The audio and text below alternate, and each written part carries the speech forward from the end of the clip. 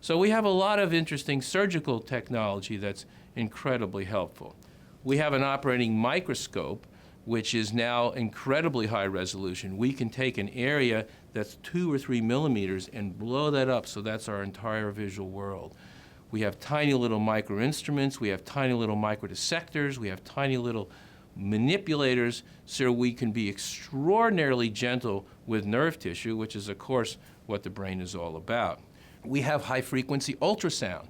So many tumors in the brain are stuck to difficult structures, and if you try to pull on the tumor or manipulate the tumor, you can damage a critical structure. Now we can take a tiny little probe, send 10,000 cycles per second of ultrasound into a tumor and shatter it and remove it much like you would take an orange and core the pulp until you only have a little rind left. Then it's very simple to dissect that rind off the critical structures.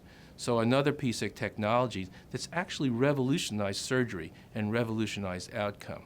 We have virtual reality systems. We can take a patient, put them in the operating room, register the real reality of their head to the virtual reality of an MRI scan on a computer screen and merge the two together. So then, using a little wand, we can touch any area in the brain and see where we are on the MRI scan with 1 millimeter accuracy.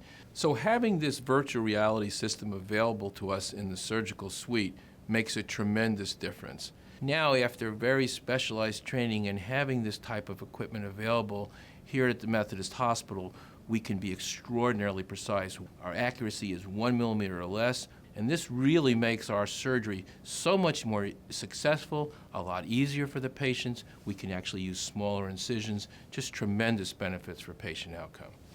We have an incredible training program here. We have one of the top neurosurgical residencies in the country. I had 192 applicants for 2 spots. I had 70 who had 99th percentiles in their boards.